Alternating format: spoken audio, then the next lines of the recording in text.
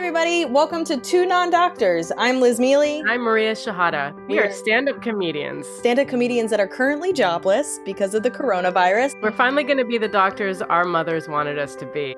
Is there anything that we don't know? A lot, actually. We have a lot of questions. We have a lot of answers. All of them wrong. But we do have access to Google. And a vet. Oh yeah, my mom's a vet. She knows some stuff.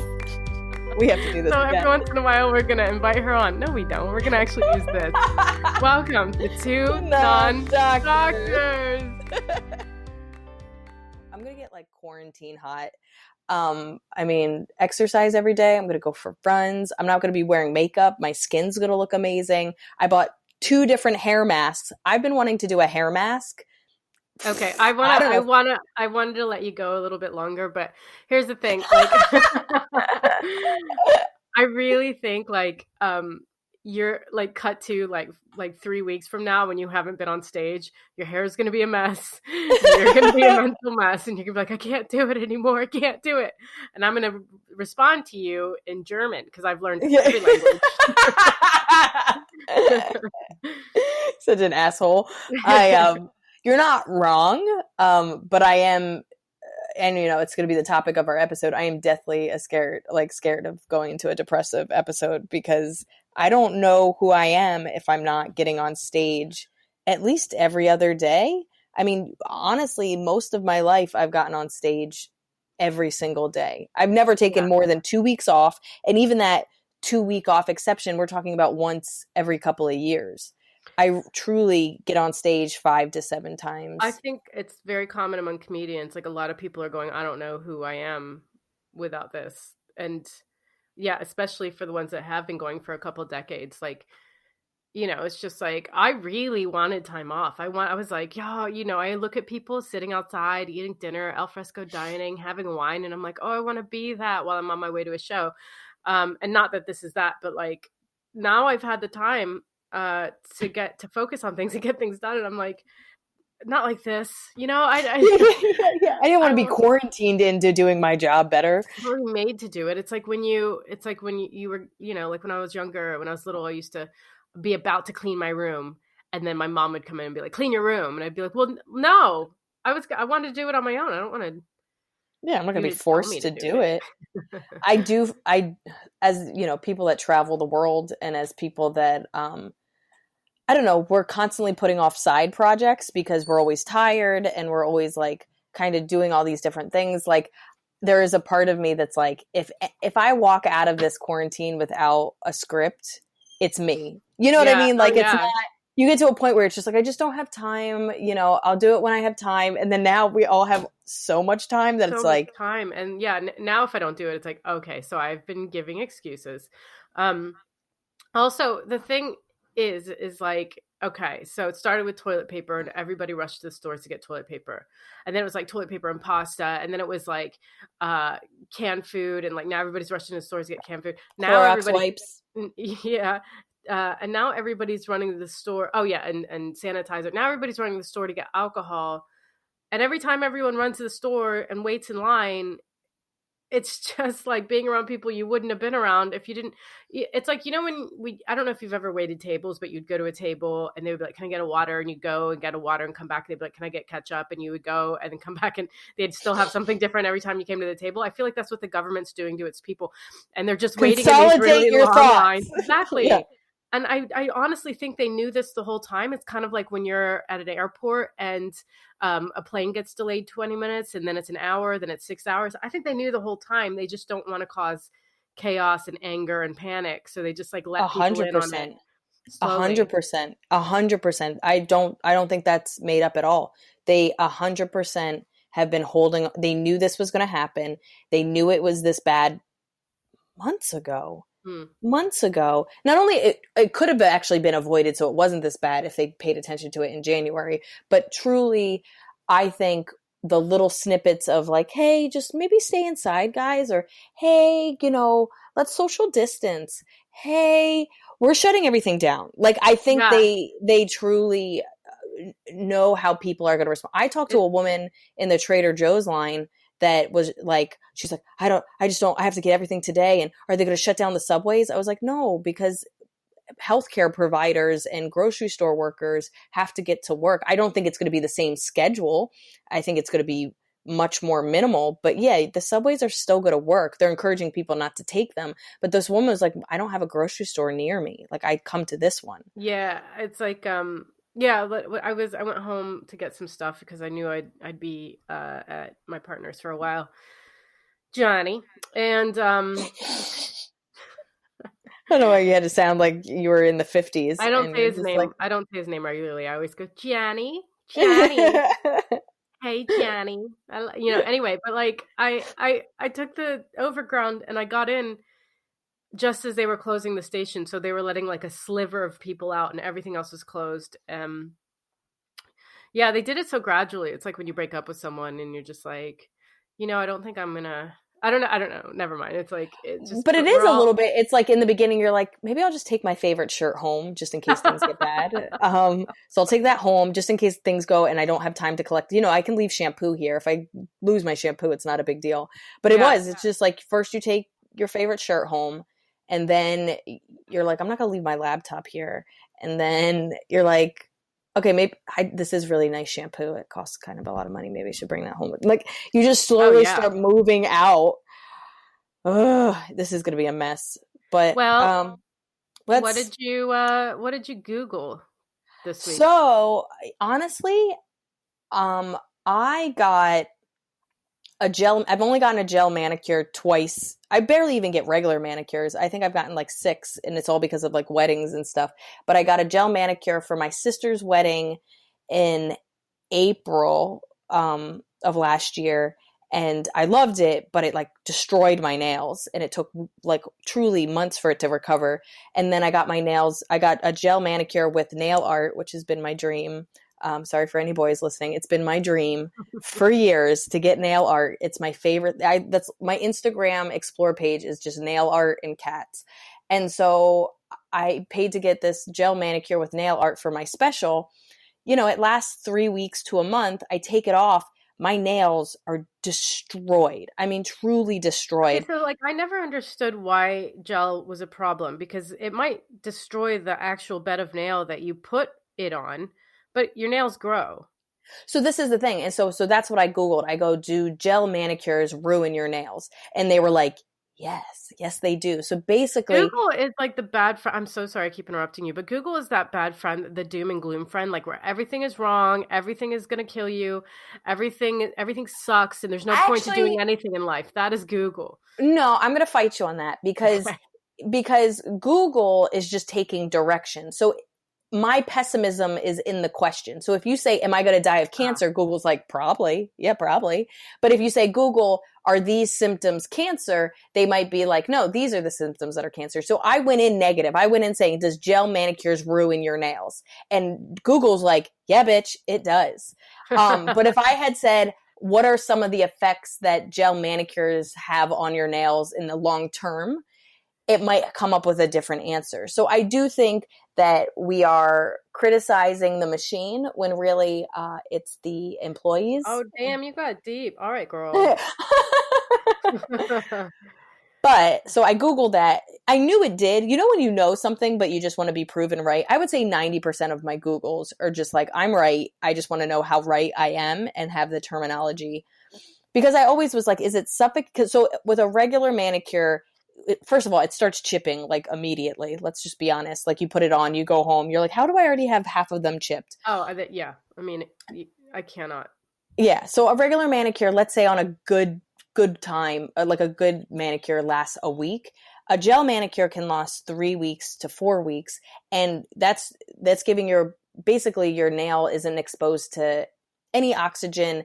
It stunts how it's even grown. It basically, from what Google told me, is that it just really suffocates it and takes away the moisture. And so then what I was doing, because I had Googled this when my nails were weak for different reasons, for health reasons years ago, is I've been soaking my nails in olive oil to kind of, they said like nail stuff, but I don't trust any of these over-the-counter things because like this podcast is, I'm right. I'm always right. So I'm not going to buy your fucking Sally Henson $9 nail moisturizer. I'm going to fucking get olive oil. I'm Italian. I'm going to fucking go to the roots. I'm going to plant myself, like literally like my hands are roots to a tree. I'm going to plant my hands into a big thing of olive All right, I'm oil. going to And stop you there because what? no, I'm teaching the world. When you got okay, your hands are roots of a tree. Gotcha. So I googled I googled effects of gel manicure long term, which you said would be the safe bet for Google. But our Debbie Downer Google says Get out. because nail bitterness, peeling, cracking, and repeated use can increase the risk of skin cancer and premature skin aging on hands. So yeah. Whoa, that's even crazier than mine. Honestly, it destroys your nails. And so like you were saying, your nails start to grow out after a while. Yeah, no, my nails are now healthier. You can't see it public, but my nails look amazing now. But up until I would say about 2 weeks ago, they kept breaking. They were peeling. They were frail. They cried at night. Like they were awful. And as much as I love how my nails look on gel manicures and doing nail art, I don't know if I'll ever do it again. It takes literally 3 months for them to grow out and be healthier. And I was soaking my nails in olive oil maybe 3 times a week and, singing to them. I love my nails. Like that's probably the girliest thing about me. You do have long nails. Like I'm very much a short nail. Like I play the guitar, but I don't actually play the guitar. Like I like to have the use of my fingers. I can't stand long nails. So I like to do short and round and, understated and beautiful. I have gel on my hands right now. I got it done 4.5 years ago. And it's not coming off. But you're like, this is who I am now. We have pink nails now. What scares me about gel manicures is sticking your hand in that UV light, like that. Oh yeah, what is that? Doesn't that make you self-tanner? Doesn't that make you think the wrinkles are going to just be like on that upper knuckle of your nail? So you're gonna like have this like weird like Madonna hands, which is what I googled recently. Madonna hands. No, really. Everything else about her looks 42, but her hands look 97. Like her hands are creepy. But that's somebody actually told me to Google her hands. Why did she tell me to Google her? Like, huh?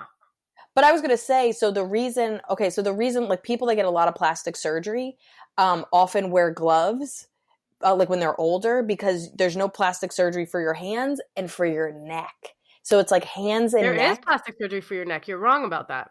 Yeah, but it doesn't seem to be as, nobody can see that I'm like molesting my neck right now, but like hands, like that's why I'm like constantly moisturizing my hand. I think nobody's talking about the fact that you should be washing your hands, but you should also be moisturizing your hands a lot too, guys. Keep them moisturized. This is a rough time for your hands. Touch your boo and have them be like, oh God, Jesus. Yeah, dude, my hands are like turning into sandpaper, and I just think we're gonna lose a lot of love if we also don't. With rough hands, what a fucking shame.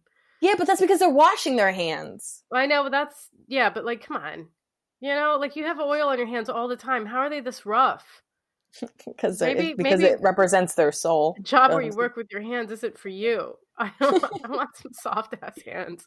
Anyway, so what did Madonna? So you just Googled just to see what they looked like, or like why they look the way they look? Well, I know why they look. I mean, you can guess why. They're gnarly. Is she in her 60s? How old is Madonna? Girl, she was a pop star in the 80s. She's way older than in her 60s. No, she's not older than 60. I'm sorry, we're doing this right now. All right, Google the age of Madonna. How old is Madonna? Age. I'll do it. You keep talking. Fine. There's a part of me that it's going to come back, and Google's just like, bitch, that was a negative 61. Google. I told you, yeah. There's no right. She started really young. She was like 19 or something when she blossomed into the star that she is today. She was the Billie Eilish of her time. Yeah. But more sexy. Oh, I thought she was way older. No, she's in her early 60s. I knew that. Anyway, whew.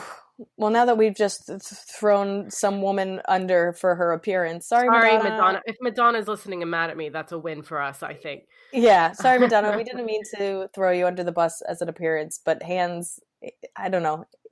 As somebody that cares about my hands, I'm learning from you. That's just mean. I Googled the bubonic plague. You did not. Why not? You Googled the bubonic plague? You think that's where we're headed towards?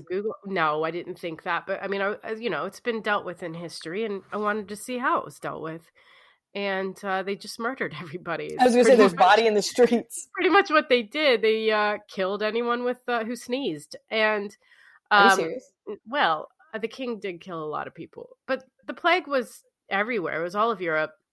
There was rumors that it was the Great Fire in 1666. It was started by a baker, I think. They were like baking some cupcakes and then they set London on fire. And then, which would have been me, I'm sure. You're truly there, like, would you like a cupcake? We just lost all the and English we've lost listeners. all the English listeners just now. Thank you for that. And then, but apparently, it only killed one person, the fire. But it was supposed to have killed all the rats that carry the fleas that carry the plague. But that apparently was a rumor. And quarantine apparently was how I've said apparently like 17 times, but quarantine was how they did it. Which I think being quarantined back then would have been a much harder deal, because like we're quarantined, but we're posting on TikTok like dumb videos of all of us like dancing and still connecting. But if the internet goes out, I'm gone. I don't know what to do. I don't know. If the internet's gone, I will set fire to everybody. Like I don't even know how to handle myself. I'm already freaking out because stand-up is not a thing anymore. I cannot even imagine the great Brooklyn fire of 2020. Yeah, it's just me like literally like holding cats in the air while setting fire to everyone around me. I don't know, dude. Like there's a part of me that it feels weird to be inside history. Like that's how I was like talking to my boyfriend today. I was like, we are inside history right now. But when they end up talking about it, they're going to be like, it was the TikTok explosion of the century. Yeah. People were home. They were doing pattern dances and making videos with their cats like no other. People were bored. They had too much toilet paper. Like there are tons of videos online of people doing whatever deep inside motherfucking history. Sorry, I had to do that. But yeah, there's going to be so many screenplays born about being quarantined, and no one's going to be interested in it until like. Well, also it's so funny because, like you said, you were looking up the bubonic plague. I mean, people are talking about the Spanish flu, but there is a part of me that's like, is it? Even if it gets that bad, let's say it gets that bad, which I don't think it will. Let's say it gets that bad. We still have so many more resources than we've ever had, ever. Like, we all have iPhones. We all have the internet. We all have social media. I mean, I bought my favorite thing from Trader Joe's is this green tea lemonade. And so, a week ago, we bought 2 of them.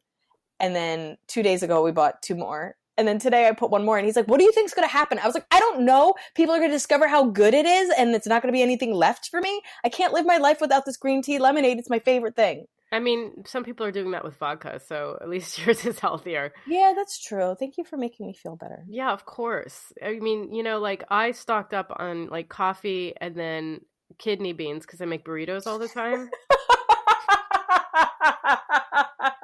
You like gastrologically, I'm so worried for your boyfriend. No, my body's adjusted. I'm fine now. But like just a scene from Blazing Saddles. Like dude. I'm not gross. My body is actually my body's a temple. I couldn't even smell my shit. Oh yeah, that's true. Because if you guys are listening, she has the coronavirus. Her test is that she can't smell anything. When are the rap songs coming out? Oh, that's a valid point. I think there's going to be a lot of really great quarantine hip hop. So back in the bubonic plague days, Oh, your ability to speak is gone. Yeah, I think I'm just emulating the president. You saw like that video of Trump. He said he made no sense. I don't think his brain. He's never made sense. I can't imagine. It's gotten better. They had plague doctors, right? Like specifically for the plague, and they used to dress up like birds. I'm sorry to anybody who like this is obvious to. I just found this out. They used to dress up and like with bird head and like a long bird beak, and it's really creepy. They're in a long robe and a bird head, and it's really creepy. But the beak was apparently for to it was sort of a mask. It was just to keep the plague away from them. Oh, so it was the modern day surgical mask that everybody has. Oh, we should go back to beaks, but they should be 6 feet long to keep people be distant. Go back to beaks or surgical masks that like look like cats' faces. Dude, Yeah. dude, I'm just Yeah. saying we can plaster some stuff. I love can't leave the house craft time. I think this podcast is going to turn into arts and crafts. I'm so sorry we're trying to educate We're not people. going to do that. All right. Maybe for the Patreon. Yeah, we'll start to do quarantine crafts. Maybe that'll be our Patreon. Fuck. All right. We should probably get into our topic. I'm sad now. Oh. Well, that's technically our topic. It was just a really easy lead in. Uh, this week we're talking about depression, right, guys? Great topic, Liz. I know. Thank you so Yay. much. I don't know about you. I mean, we've been friends for a really long time. I don't even know how I've been very open in some sense about my depression because I've talked about jokes. I have jokes on stage about it. Um, I've been able to, I think, in the last couple of years to actually even be like, hey, I'm in a depressive episode. But I had probably suffered from it, I don't know, since I was a teenager, maybe even younger. I just know that I had depressive episodes when I was a teenager. I had really bad ones when I was in college.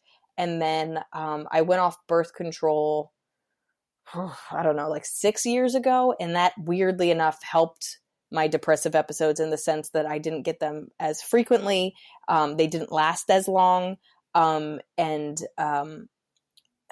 don't know, they just were a little bit more manageable. But I still, in the last 6 years, have probably had 4 major depressive episodes. But I don't know, it's genetically it's a part of my family. I mean, it's my my little brother has bipolar 1, so I've seen him in his stages of being bipolar 1. He's dipped into some really deep depressions. My mom has definitely, had many depressive episodes. I think my dad has, but I think my dad deals with them differently. And I feel like my sisters and my other brothers probably do, but we don't talk like that.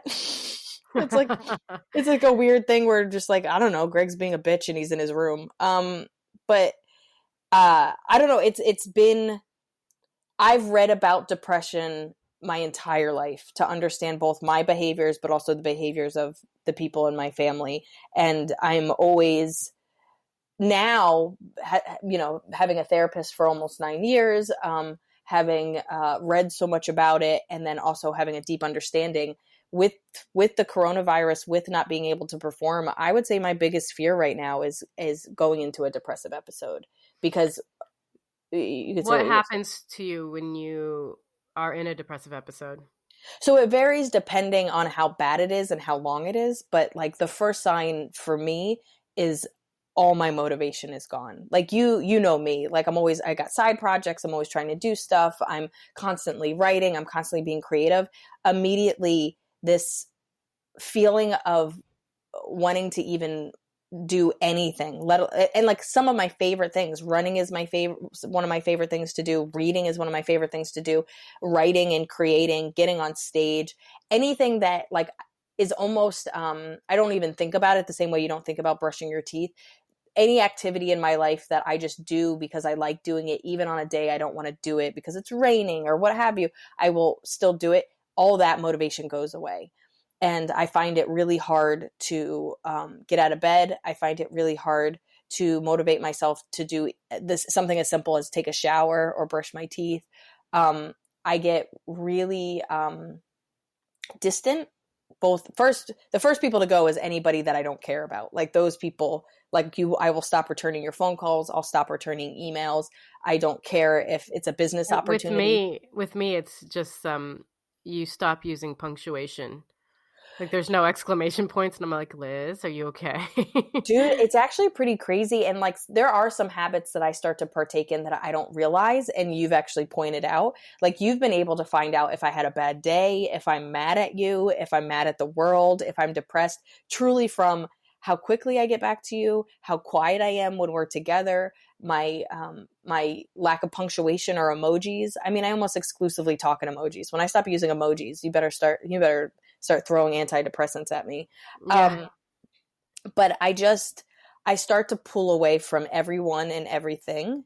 And even with my friend, I mean, now I can go to my friends and be like, hey, I'm not okay. And I'm doing my best to stay afloat, but I don't feel good, and I'm having trouble I might start with just saying motivating myself, but eventually I'll be like, I am having trouble getting out of bed. And then that's like a beginning step, is just lack of motivation, um, uh, lack of wanting to connect with people. Sometimes I'm so sad that I don't even want to watch anything. Like I've almost turned into my cat where I just like stare at a wall and like hours go by and I don't know what I was thinking about or what I was doing. I would say when it gets really bad is when I I can't I can't stop crying. Like everything will feel really hard. So getting myself to do something will feel really hard. Even if it's as simple as like make a sandwich or take a shower. But I remember this, I think what was one of my last ones was maybe like a year ago, and I hadn't paid my manager. And you know me, I'm always on top of that stuff. I'm very fiscally responsible. I keep everything organized. But my manager was like, "Hey, you haven't paid me my commission, and we kind of talked about X, Y, and three, X, Y, and Z things, and you haven't gotten back to me." And she called me to tell me these things, and I just busted out in tears. And Mm. this is a woman that like she knows me, but she doesn't know me like that. And she was like, "Hey, are you okay?" And I was like, "I don't think I am." Like it was almost a realization, because usually I try to hide. I can kind of hide my tears and hide um, how much pain I'm in. But all of a sudden, because I was crying at that point, I think like 3 times a day. But as a comedian, I only go out into the real world, I don't know, maybe an hour and a half if I'm doing spots. So you're able to me, I don't know how other people are, but as somebody that like has their own space, like I have roommates, but like I don't have to be in the common area very long. And I'm not in an office. Um, I would never cancel spots because A, there's an adrenaline boost to that, and B, I need the money. Um, and then sometimes I could get myself to run. And if I couldn't get myself to run, I would make myself walk just as a way of getting myself to move, because even when I feel happy, I don't want to move. So I do kind of set myself some ground rules to my depression, but I know people that suffer from way worse depressions where it doesn't matter how many kind of ground rules you try to put in place, you can't. But I will say I've never, my brother's been in some ones that are even 10 times worse than I am, but my depressions have never gotten so bad that I stopped working. I might have cried before and after I worked. I might have not been the best version of myself on stage. Your depression sometimes, like I've walked in on you, it's a dark room, candy wrappers on the floor, empty ice cream tubs surround you. You've got you've got cans of Coke everywhere. You sugar binge, but like an I do alcoholic sugar would. binge. I Yeah, I do. remember I came home and then I saw a can of Coke on my desk when you were staying with me, and your texts were punctuationless. I was like, "Liz, are you okay?" And you're like, "I don't know, man. I'm kind of down." And I was like, "I know. I saw the Coke." You don't drink Coke. I don't. I really have. I've gotten much. Things have actually changed a lot in my health. That I remember having a depressive episode when I was on the paleo diet, and I was like, "Can't fucking eat an apple. Like this is. I can't be sad and eat an apple. This is actually more depressing than my depression." Like, No, that's no life. do you have any kind of? Do you suffer from any mental Depression, stuff? I Yeah. get that within a 24-hour period. So in the morning, I'll wake up, I'm motivated, I'll do things, but by like 5 o'clock, I'm like, I can't do anything. And it's like in the morning, me has booked in like 15 countries to travel to, and I'm writing a novel, and oh, don't forget keyboard lessons. And then evening me is, what the fuck is going on? Like I experience it all like very quickly. So What I do find interesting is from all the reading I've done about this is there's different cycles for everybody. So there's rapid cyclers, which would be technically if you did have it, I don't know if you do, but rapid cyclers are people that within a 24-hour period go through all the episodes and range of emotions that an episodic a depressive episode would be, as opposed to like some people, I think I'm on a 3-month cycle where it feels like every 3 months I go through something. Mm. And then my brother, who has bipolar one, his is yearly. It's actually every spring that he's been on medication and he's doing great, knock on everything. But things get a little worrisome actually around this time in March, because that's when almost all his episodes, sometimes he's broken through the medication. It's around this time. So there's, whatever kind of mental illness you have, whatever it is, there are different cycles as well as different triggers. So when I was younger, this is the craziest thing about your body changing and getting older. When I was younger, most of my depressive episodes were triggered by something. So, I don't get a big opportunity I was hoping to get. I didn't get into a college I thought I was going to get into. A boy I liked doesn't like me, whatever. Like, we're talking about like high school. Then in college, it was still a little bit triggered, but all of a sudden, let's say if I had 5 depressive episodes in a year, 3 of them would be triggered by something that made me sad, and 2 of them would be for no reason. I would just wake Yeah. up and I wouldn't feel right. And now I would say most of them are triggered for no reason, because I've had some really big, financial, emotional, relationship things fall apart. And I've worried it's going to send me into a depressive break, and I've been fine. And I don't know if that's because I have tools or I have a support system It's or what because have you you. have the catchphrase, and you do have a catchphrase, and it's go fuck yourself. So all the things that would have been triggered by outside forces, you've just said, go fuck yourself, dude. Go fuck yourself. And then everything else you can't control is what's bringing you down now. That's true. And I have learned with therapy and the tools that I've learned from therapy that there is a lot of stuff that I couldn't control that I was trying to control. And I do think there's something about the stress of trying to control stuff that isn't controllable that kind of sends you into a depressive episode, as opposed to now, I have the words "let go" tattooed on my arm, just as I've seen you shake your fists in the air in anger with the words "let go" tattooed on your arm. Too blurry to read because your fists are shaking. Dude, do you know how many times, like, I've called we have the same tattoo. I've called my little sister up, like, just ranting about something, just be like, "I'm this motherfucker," and da da da da. And through the phone, I hear her tap her arm, and I go, "You bitch, I get it." She goes, "Read your arm, Liz." And I'm like, "You read your arm. I'm gonna fucking call somebody that doesn't know about this tattoo."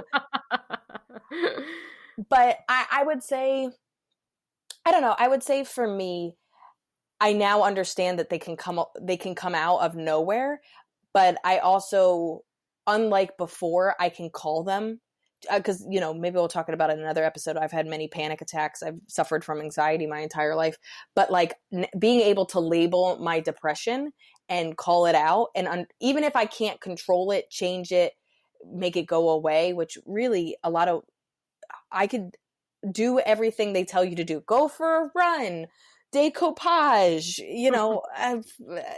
whatever. It doesn't make it go away. I have lessened the pain of it. And that's one of the things I've actually, because my depressions haven't been so bad that I truly have felt bedridden, I have set the rules for myself that I have to do stand up to make money, but and then try to run or go for a walk. But a lot of that has to do with adrenaline. You get a shot of adrenaline every time you're on stage, whether it's going well, going okay, going amazing, or you're bombing. You're in front of people, there's a shot of adrenaline and endorphins that come into play. And, people don't really realize, like, a lot of comics aren't night owls because they want to be night owls. Even if I have an early spot, I still have trouble going to bed at a reasonable hour, because it's like I had 3 shots of espresso at 8:30 at night, and I'm still, Espresso. huh? It's Espresso. espresso. Espresso. Okay, whatever. I talk like You a have to moron. know that. Es No, it's okay. I know. I'm sorry. I wanted to jump in. Yeah, but we do the same thing. It's like you have so much adrenaline that it's hard to go to bed at a normal hour, even when you have an early spot. So there is something to getting on stage and giving myself almost like this shot. And same thing with running. There's endorphins and all that stuff comes into play, and it is helpful, even if even if I've cried all day, I have this half hour of relief, even if it goes away pretty quickly afterwards. And I think my biggest fear with this quarantine and venues being shut down is I have never in 18 years not had that shot. And Yeah. it is compulsive and it is addictive, but also every comic we know, whether they need it in quotations or don't, haven't been without it, because to do comedy is it's a muscle. And the reason, even if we're not doing an hour every single night, most of us are doing 10 to 20-minute sets at least 3 to 7 times a night, if not more. I mean, my average is probably between 7 and 12 spots a week, and that doesn't even include hour sets. You know, most of us don't know who we are conceptually, but physiologically, oh man, I shouldn't be allowed to have a podcast. Physiologically, you nailed it. Yeah, without stand up, like just the physical aspects of adrenaline, endorphins, thinking on your feet, like all that stuff, it doesn't just play into that addictive nature of I need to be in front of people. It plays to the addictive nature of the same way athletes are putting some kind of chemical, a real chemical, but some kind of chemical in their body by swimming 80 laps every day or what have you. I'm scared. If I'm being really honest, I am scared for my mental health and the mental health of our peers during this time. Yeah, it's really, you know, we do need an outlet, and that's why we should get these podcasts out and going, and just because it'll help a bit, you know. And we have this, and like, but I that is the motivation for doing this. I mean, it's the connection with you. It's the ability to be open and honest with other people, to laugh at ourselves and make silly jokes about the bubonic plague together. Like, having a creative outlet, doing something to help others, being able to talk openly and freely, and just connecting in any way that we can, I think is a baby version. To me, this is not a placebo, but this is like, if doing stand up is like Tylenol max, you know what I mean? Like Tylenol severe. I do feel like having this podcast to me is like I don't know, like a Tylenol from 1990. this is the worst analogy. I have to. That's To be like honest, there's so the many more things half-life. you could do. Like if stand up is heroin, then this podcast is like morphine drip that you get to get yourself off heroin. Like there's so many things. If stand up is sex, this is like making out. Like if stand up is eating, this is having chewing gum. I'm still jet-lagged and tired. No, no. I'm depressed. No, you're right. It was going really bad. I'm really glad you interrupted. That was like, Jesus Christ. You saved me. You diagnosed me once as having bipolar disorder. A form of it. There's tons of different forms.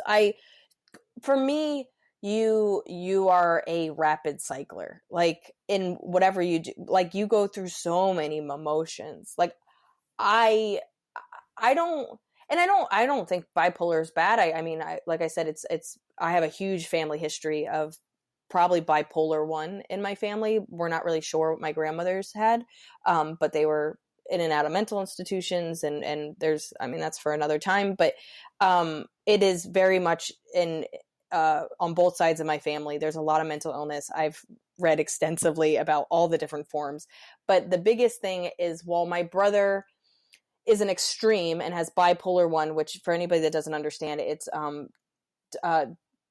not just like bipolar 2 would be depression and then mania.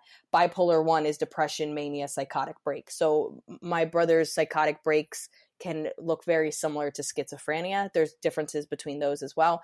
But because I've learned so much about what is in my genetics because of my grandmothers and because of my parents and because of my siblings and myself, I I can kind of see people's behavior, and there's baby versions of it. So there's the extreme version of somebody has bipolar 1, but I don't know the actual terminology, but there's these baby versions of something that's similar to bipolar, but it isn't to the same extremes. And I honestly think I have some of that, because I'll have these bursts of motivation, and then I'll have these really bad lows. And I'll have these bursts of motivations, and then I'll have these really bad lows. So there's something to be said that I might not actually suffer from just depression, which I know there are people that suffer from chronic depression, and I have many friends that they never actually have the burst of motivation. They just have the depression. But I've never actually seen a psychiatrist for it. I have a therapist. I've worked through it. I should be honest, I've never been on any kind of antidepressants, but I've been close to wanting to do it. I've had several friends that are on it that has been life-changing for them. But I think when it came to you have some tendencies that could be really extreme, really fast. And to me, it's always just having some awareness of it, even if it's not what it is. It's just some awareness of how your mind and body is working in a cyclical way. Yeah. But I never, and we talked about this in the last episode, I don't think labels are mean or horrible. I think labels can be really, what's the word? Like, helpful in giving you what to Google. I know as we talk about how much we Google, but like it can give you the right path to look down so that you can get answers, so you don't feel like a freak. You don't feel like this is only you. You don't feel like you're alone. And it can also give you tools and the proper pathway to getting a solution, whether that's seeing a doctor, whether that's being on medication, whether that's finding a support group, what have you. So it's never, I think if you think the label now makes you broken, then I think the label can be detrimental. Right. But it's like the misophonia thing. It's like just knowing there is a label for it, that people do have it, that, you know, you're not alone, and that there are treatments, and it's not, if you go, oh, I'm bipolar, like, fuck it, I guess I'm not normal, then that's when it's detrimental. But if you use it as a tool to help you, then obviously that's the way to go. Yeah. But I think this is going to be a really interesting time for people, because everybody's way of life is shifted. Whether you're somebody that works at a grocery store and now your hours are crazy, you don't have childcare, you know, there's all these different aspects of your life that have just kind of been changed, or you're somebody like us that don't have work, don't know when we're going to have work again, don't have a creative outlet the same way we used to and have been for years doing. You know, I'm on a plane every 3 days. And don't get me wrong, I love the fact that I'm not traveling right now, but I liked traveling. I don't like the aspect of traveling. Like, I don't like going through security. I don't like being on a plane. I don't like being jet lagged. I don't like not being near my bed. I wonder if actors go through something similar, because they don't get to do it every night. Like, I wonder if I think that's why they all get like really sad at the end of a theater run, because it's like, oh that yeah, adrenaline is gone. I'm sure it's there. Like, you do a play every single night, sometimes twice a day for 6 months, and then you don't have a job for a year. Right. Yeah. I don't know. I don't think we solved anything. We'll get there. And then, you know, this will be a good satiating Tylenol to your Advil. Yeah, don't make fun of me. I won't. I would say this. We would love to hear from anybody that has gone through depressive episodes, that has any insight, anything that's kind of helped them. I always love learning new tools. I think the biggest thing is we want to learn from you guys. Clearly we don't know what we're talking about, so we're using, we are the catalyst. This is going to get bad. We are the catalyst to the people. Save me, Maria. No. I want to hear this out. I just think we're starting a conversation and we want you guys to participate in it. And we are probably wrong. We're always wrong. Tell us why we're morons. We love to hear why we're idiots, and we want to help people. But you can email us at 2nondoctors, that's the full word doctors, at gmail.com. Is it the number 2? Or It is the number 2. Thank you for asking, Maria. So it's 2, the number, non, not like the bread, and doctors, the full word, at gmail.com. We're never going to get an email.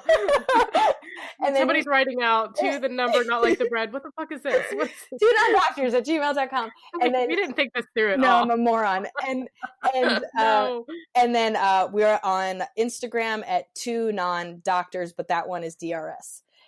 We will have all that in the description. You guys are lovely. Thanks for being our medicine during this time of non-creativity. Bye, guys. Bye.